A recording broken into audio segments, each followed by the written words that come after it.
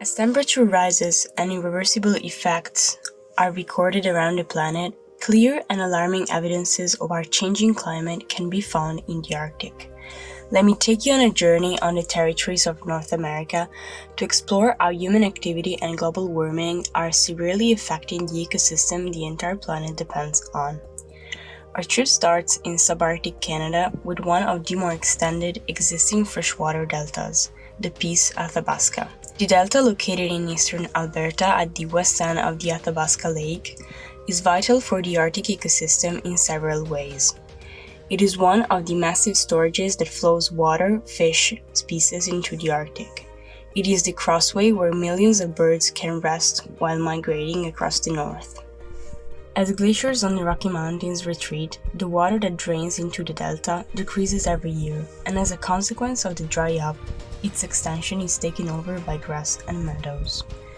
This is how the Arctic tundra is taking over the subarctic territories, helped by another alarming phenomenon, permafrost thawing.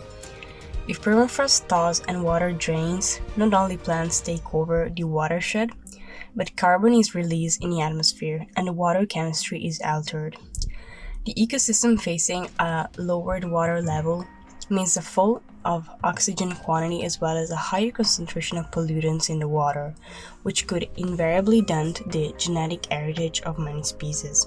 In addition to the effect of global warming, the area has been directly impacted by human activities under the form of crude oil extraction for many decades.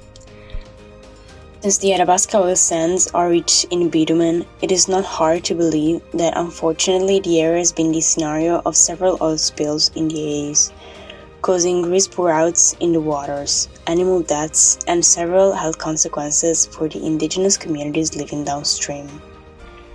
But the greatest damage occurred in 2016 when Canada experienced its most concerning environmental disaster in its history.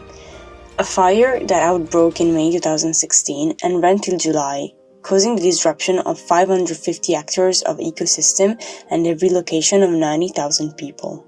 Since ice is melting at a very high pace, the stratification at the bottom of the sea rises, and as a consequence, the production of plankton plummets. The ecological importance of this organism is vital for the reproduction of tons of species and forces the majority of them to shift north in search of food.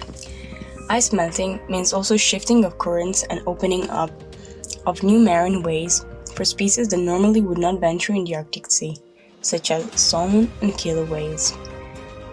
Species like these, or like the grizzly bear, will be favored by ice thawing, gaining more resources and territory.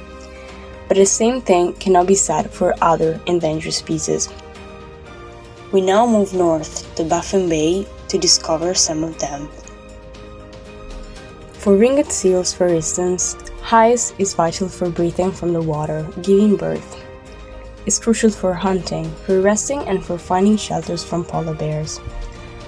A reduction in ice volume would mean a catastrophic shrinking of their habitat, implying premature separation of moms and pups. Found only here, the main seal predator is him, the king of the Arctic, the polar bear.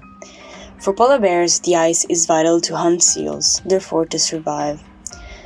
Despite they are capable swimmers, it is not common to see them swimming far from land, and poor sea ice cover in the Arctic may contribute to increase polar bears' mortality by forcing them to swim excessive distances to reach the ice edge.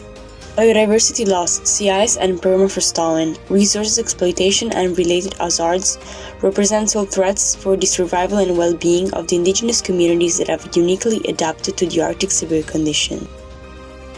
Their culture and their economy strictly depend on the natural resources this land provides them, and if mitigation and adaptation are not effectively put in place at an international level, this precious community risks to fade away. This can still be avoided, but despite the efforts, one thing is for sure. The future Arctic will be something very different from the one we know today.